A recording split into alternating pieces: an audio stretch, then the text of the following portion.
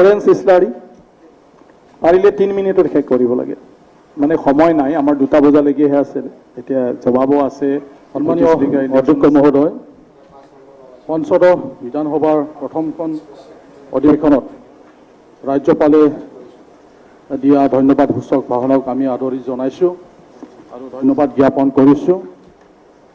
এই গৰিমামণ্ডিত সদনত বডফা উপেন্দ্ৰনাথ ব্ৰহ্মৰ কথা সোঁৱৰাই তেখেতৰ প্ৰতি শ্ৰদ্ধা আৰু তেখেতে বড়ো আৰু পিছপৰা জনগোষ্ঠীৰ কাৰণে কৰা সংগ্ৰামখনক পুনৰ এবাৰ স্বীকৃতি প্ৰদান কৰাৰ কাৰণে মই ৰাজ্যপাল মহোদয়ক ধন্যবাদ জ্ঞাপন কৰিছোঁ।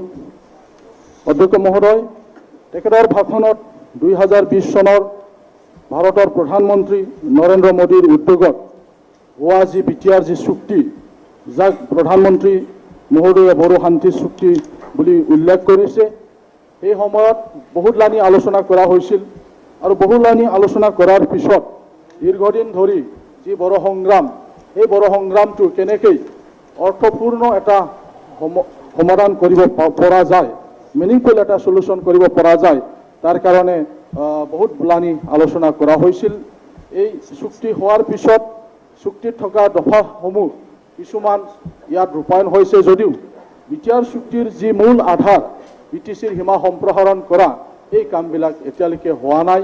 হয় চৰকাৰে আয়োগ গঠন কৰিছে প্ৰাৰম্ভিক পৰ্যায়ত এইখিনি কামবিলাক এতিয়াও আছে গতিকে মই আপোনাৰ জৰিয়তে মুখ্যমন্ত্ৰীক অনুৰোধ জনাব বিচাৰিছোঁ যাতে বিটিচিৰ যি সীমা সম্প্ৰসাৰণ যিটো বিটিচি চুক্তিৰ মূল আধাৰ আছিল এই কামবিলাক যাতে অতি সোনকালে হয়। কথাত আছে উম্মিদ পৰ দুনিয়া কায়েম হে গতিকে আমি চৰকাৰৰ ওচৰত আমি আশা কৰিছোঁ আৰু মুখ্যমন্ত্ৰীৰ ওচৰত আমাৰ এটা বিশ্বাস আছে কিয়নো যোৱা বিটিআৰ যি চুক্তি এই চুক্তিত মুখ্যমন্ত্ৰী ডক্টৰ হিমন্ত বিশ্ব শৰ্মা ডাঙৰীয়াও গুৰুত্বপূৰ্ণ এটা ভূমিকা তেওঁ পালন কৰিছিলে। গতিকে এই সময়ত নতুন যি চৰকাৰ এই চৰকাৰৰ সময়ত চুক্তিৰ দফা 3.1 বড়ো সংগঠনসমূহে দাবী কৰা যি ট্ৰাইবেল গাঁও এই গাঁওবিলাক যাতে অতি সোনকালে বিটিচিৰ যি সীমা সম্প্ৰসাৰণ কৰিব লগা আছে এই কামটো যাতে সোনকালে হয় তাৰ কাৰণে সন্মানীয় অধ্যক্ষ মহোদয়ৰ জৰিয়তে মই মুখ্যমন্ত্ৰীক দৃষ্টিগোচৰ কৰিছোঁ।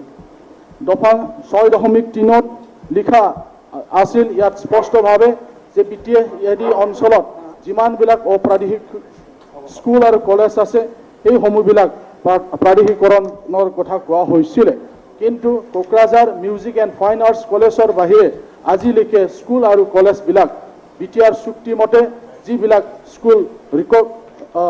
স্কুল ভেঞ্চাৰ আৰু ৰিকগনাইজ আছিলে প্ৰভিন্সিয়েলাইজ কৰিব লগা আছিল সেইখিনি কাম আজিলৈকে হোৱা নাই। বিটিএডিৰ বাহিৰত থকা বড়ো মাধ্যম আৰু বিভিন্ন কলেজত থকা যি বড়ো প্ৰবক্তা নিযুক্তি দিয়াৰ কথা আছিলে সেইখিনি কামো আজিলৈকে হোৱা নাই। গতিকে সন্মানীয় অধ্যক্ষ মহোদয় আপোনাৰ জৰিয়তে মুখ্যমন্ত্ৰীক মই এই বিষয়ত দৃষ্টিগোচৰ কৰিছোঁ আৰু অতি সোনকালে ইয়াৰ যেন ব্যৱস্থা কৰে তাৰ কাৰণে মই চৰকাৰক অনুৰোধ জনাইছোঁ। থকা দফামতে খুব গুৰুত্বপূৰ্ণ এটা বিষয় মই ক'ব বিচাৰিছোঁ 9.4 NDB সকলৰ যি গোচৰ এই গোচৰটো প্ৰত্যাহাৰ হোৱা নাই এই কাৰণে মই ক'ব বিচাৰিছোঁ যে ইতিমধ্যে NDB কিছুমান ব্যক্তিসকলে পুনৰ জংঘলত গৈ তেওঁলোকে এইটোৱে কৈ আছে যে NDBৰ শীৰ্ষ নেতাবিলাক এতিয়াও জেলত আছে চুক্তি হ'ল গোচৰবিলাক প্ৰত্যাহাৰ কৰা নহ'ল গতিকে তেওঁলোকৰ কিছুমান ব্যক্তিসকলে পুনৰ জংঘললৈ গৈছে আৰু তেওঁলোকে এনেকুৱা চুক্তি প্ৰদৰ্শন কৰি আছে। গতিকে সন্মানীয় অধ্যক্ষ মহোদয় আপোনাৰ জৰিয়তে মই অনুৰোধ কৰিব বিচাৰিছোঁ যে অতি সোনকালে যাতে চৰকাৰে বিশেষ ব্যৱস্থা লয় যিমানবিলাক NDB আৰু সংগ্ৰামৰ লগত জড়িত থকা যিমানবিলাক গোচৰ আছে এই গোচৰবিলাক যাতে প্ৰত্যাহাৰ কৰাৰ কাৰণে এটা বাস্তৱসন্মত এটা পদক্ষেপ লয় চৰকাৰে তাৰ কাৰণে মই আহ্বান জনাইছোঁ। ধন্যবাদ। শেষত ধন্যবাদ সূচক যি ভাষণক আদৰি জনাই মোৰ বক্তব্য মই ইয়াতে সামৰি মাৰিছোঁ। ধন্যবাদ।